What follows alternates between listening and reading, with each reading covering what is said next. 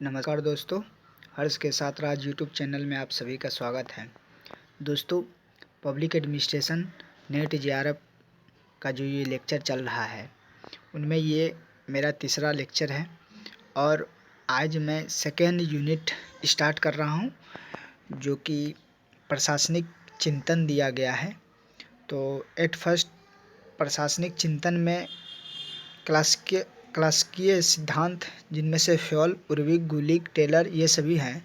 तो आज मैं हेनरी फ्योल के बारे में बताऊंगा, उसने क्या क्या सिद्धांत दिया और उनकी प्रमुख बातें क्या क्या थी पब्लिक एडमिनिस्ट्रेशन में।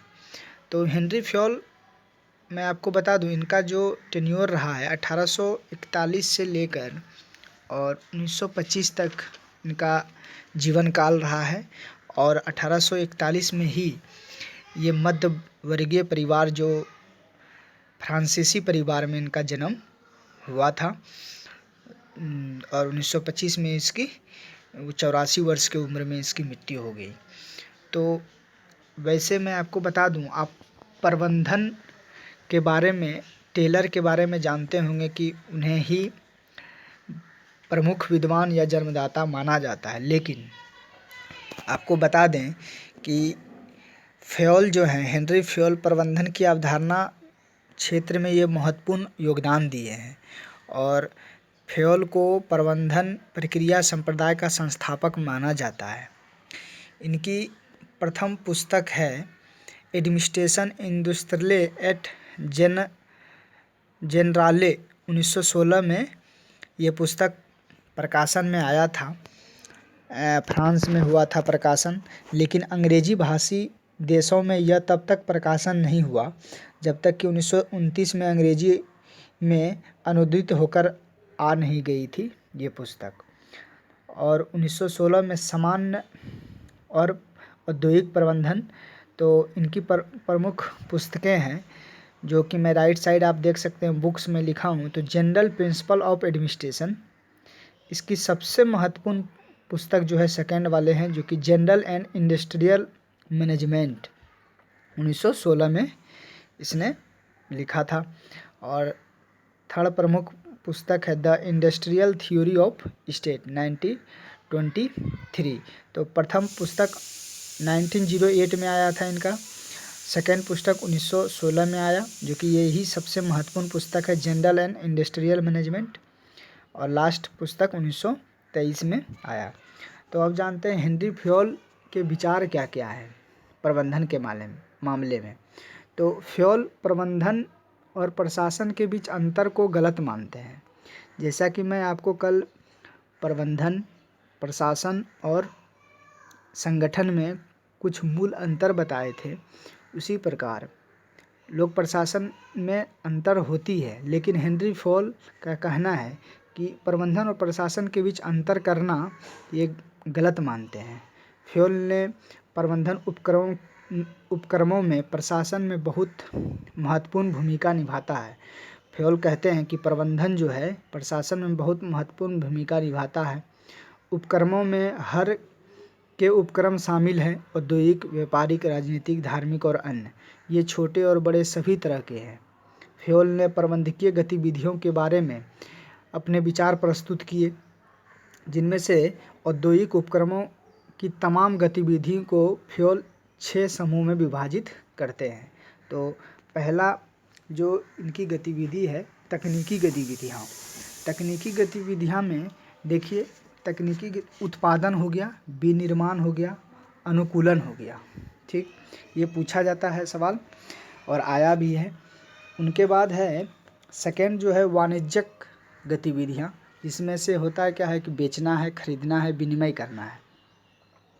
थर्ड है वित्तीय गतिविधियाँ, पूंजी की तलाश और उसका महत्तम उपयोग करना है वित्तीय गतिविधियाँ में। सुरक्षा गतिविधियाँ हुआ, लोगों और संपत्ति की सुरक्षा हेतु है।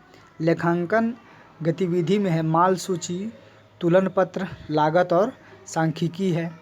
उनके बाद लास्ट जो छठा है प्रबंधकीय गतिविधियाँ, जिनमें से योजना बनाना है, संगठन है, आदेश देना है, समन्वय है और नियंत्रण करना है।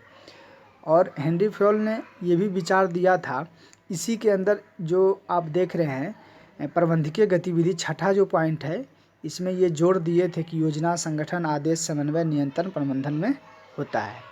फ्योल सुझाव देते हैं कि प्रबंधकों में निम्न गुण होते हैं। फ्योल कहते हैं कि प्रबंधक में विभिन्न प्रकार के गुण होते हैं, या होने चाहिए, ये होने चाहिए। तो उसने जोड़ दिया है कि प्रबंधकों, अगर आप प्रबंधक बनते हैं तो उनमें क्या क्या गुण होने चाहिए। तो शारीरिक स्वस्थ हो, शक्तिशाली हो और सुदर्शन हो। सेकंड कहते हैं मानसिक सीखने और समझने की क्षमता रखता हो, निर्णय क्षमता रखता हो, स्वतः स्फूर्त चेतना वाला हो और किसी भी स्थिति में अनुकूलता पैदा कर ले। थर्ड कहते हैं कि नैतिक उत्तरदायित्व का वहन करने में तत्पर और दृढ़ हो। आगे कहते हैं कि समान शिक्षा किए जाने वाले काम के अलावा अन्य विषयों का समान ज्ञान होना भी जरूरी है एक प्रबंधक को। विशिष्ट ज्ञान, जिस काम की देखभाल कर रहा हो उस काम का विशेष ज्ञान, चाहे वह तकनीकी, वाणिज्यिक, वित्तीय अथवा प्रबंधकीय हो। नेक्स्ट कहते हैं कि अनुभव उपयुक्त काम के जरिए ज्ञान विकसित करने वाला होना चाहिए प्रबंधक को। फ्योल कहते हैं कि प्रबंधन के सिद्धांत कठोर नहीं होते हैं। समय समय पर इनमें विभिन्न उद्यमों और व्यवस्थाओं को आत्मसात करने की क्षमता होनी चाहिए। उसी प्रकार फ्योल जो है, इसके कहने के बाद उसने फ्योल सिद्धांत को विकसित किया है, जिनमें से 14 सिद्धांत है। प्रबंधक विचार विमर्श करने के बाद सिद्धांत विकसित किए जो इस प्रकार हैं। तो देखिए, पहला कहते हैं कि कार्य विभाजन होना चाहिए। उनका कहना है कि श्रम के विशेषीकरण में समान प्रयासों से ज़्यादा बेहतर उत्पादन होता है अगर आप उनका अंतर करते हैं, कार्य विभाजन किया जाए तो। सत्ता और उत्तरदायित्व सेकंड है। ये सवाल बहुत बार पूछा गया है। फ्योल के ये 14 जो उसने सुझाव दिया है सिद्धांत में, आपको हर 14 से 14 ही सभी याद रखने होंगे कौन कौन से बातें इसने कहा है। पहला है कार्य विभाजन, सेकंड है सत्ता और उत्तरदायित्व, मतलब उनका कहना है कि सत्ता उत्तरदायित्व की अनुरूप होनी चाहिए। ठीक, उनके बाद थर्ड कहता है अनुशासन। तो आज्ञा का पालन संगठन और कर्मचारी के बीच हुए अस्थायी समझौते के अनुरूप होनी चाहिए, अनुशासन होना चाहिए। आदेश की एकता भी पालन होना चाहिए, सभी गतिविधियों में एक बॉस होना चाहिए। फिफ्थ कहते हैं कि निर्देशन की एकता होना चाहिए, सभी गतिविधि के लिए एक ही प्रमुख और एक ही योजना होनी चाहिए निर्देशन की एकता में। छठा कहते हैं व्यक्तिगत हित सार्वजनिक हित के बाद हो। उनका कहना है कि व्यक्तिगत जो अपने आप का हित उस समय उसके बाद होना चाहिए, जब सार्वजनिक हित होने के बाद। सेवन्थ पॉइंट कहते हैं कार्मिकों का प्राथमिक होना चाहिए। एट्थ पॉइंट है इनके सिद्धांत में केंद्रीयकरण होना चाहिए। नाइन्थ में है स्केलर सिद्धांत, श्रृंखला पदसोपान होना चाहिए, क्रम होनी चाहिए। टेंथ कहते हैं क्रम होना चाहिए, नियुक्ति होना चाहिए। 11th है निष्पक्षता होना चाहिए। 12th है कार्मिकों के कार्यकाल का स्थायित्व होना चाहिए। 13 है पहल भी होना चाहिए और 14 है एकता की भावना भी होना चाहिए। तो ये 14 से 14 सिद्धांत आपको याद रखने होंगे, क्योंकि सवाल डायरेक्ट पूछे जाते हैं। पहल दे दिया जाएगा और उसमें से ऑप्शन में कहेगा कि कौन से विद्वान ने इसका सिद्धांत में चर्चा किया है, विकसित किए हैं। तो आपको याद रहेंगे तो ज़रूर बनेंगे। प्रशासनिक प्रशिक्षण की आवश्यकता है। तो फ्योल प्रशासन के क्षेत्र में व्यवस्थित प्रशिक्षण की आवश्यकता का सुझाव भी देने वाले में से अग्रणीय थे। फ्योल का सुझाव है कि प्रशिक्षण एक सतत प्रक्रिया है जो एक स्कूल से शुरू होकर किसी संगठन के भीतर कर्मचारी के सेवाकालीन प्रशिक्षण तक जारी रहती है।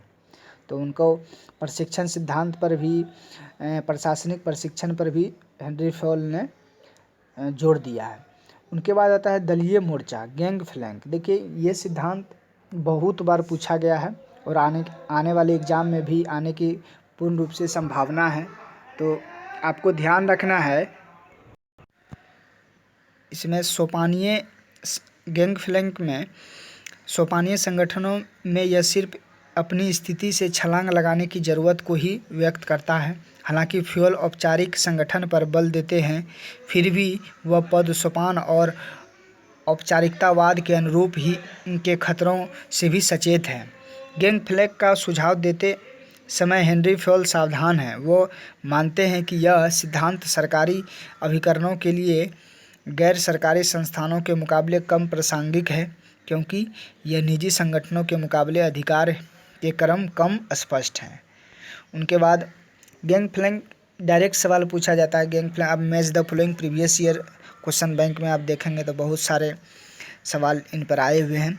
उनके बाद इनकी देखिए, इन सभी सिद्धांत के बाद इनकी आलोचना होती है। आलोचना इस कारण हो जाती है क्योंकि ये देखिए क्लासिकल सिद्धांत के विद्वान हैं और पहला इसका जो आलोचना हुआ है संरचनात्मक पहलू की उपेक्षा की है इसने। इसके बाद इसका जो सबसे बड़े आलोचक हैं पीटर ड्रकर को माना जाता है। और फ्योल के 14 सूत्र जो अभी मैं आपको बताया, पहल है, पद सोपान है, ये 14 सूत्र जितने हैं उनमें एक दूसरे से दोहराते हैं। इसकी आलोचककर्ता ने आलोचना की है कि ये 14 सूत्र जो दिए हैं एक दूसरे से मिलता जुलता है। आदेश की एकता सिद्धांत लागू किया जाता है तो संगठन का मुख्य प्रशासक समन्वय की समस्या से घिर जाता है। फिफ्थ आलोचना इनके बारे में हुआ है कि फ्योल और टेलर ने आदमी को महज यांत्रिक तत्व की तरह इस्तेमाल किया है, जो सही नहीं है, और इसी कारण इस सिद्धांत का आलोचना हुआ है। फ्योल जो हैं आदमी को एक यांत्रिक तत्व के रूप में इस्तेमाल करते हैं। और छठा आलोचना ये है, कर्मचारी की सामाजिक, मनोवैज्ञानिक तथा नकारात्मक ज़रूरतों की अनदेखी भी भावनात्मक ज़रूरतों की अनदेखी भी की है फ्योल ने। तो दोस्तों, इस लेक्चर में आपको मैं हेनरी फ्योल के बारे में बताया और मैं बहुत संक्षेप में बता रहा हूँ। आप कोई भी बुक, मानक बुक पढ़ेंगे, जो कि मैं लेक्चर में आपको मेरे प्ले लिस्ट में है, बुक के बारे में मैं बताया हूँ कि कौन सी बुक पढ़ें आप पब्लिक एडमिनिस्ट्रेशन के लिए। तो आप ध्यान से इस लेक्चर को सुनें और समझने की कोशिश करें। फ़िलहाल आपके इस लेक्चर से कितने फ़ायदे हो रहे हैं आप कमेंट बॉक्स में ज़रूर करें और लाइक शेयर ज़रूर करें। थैंक यू, धन्यवाद।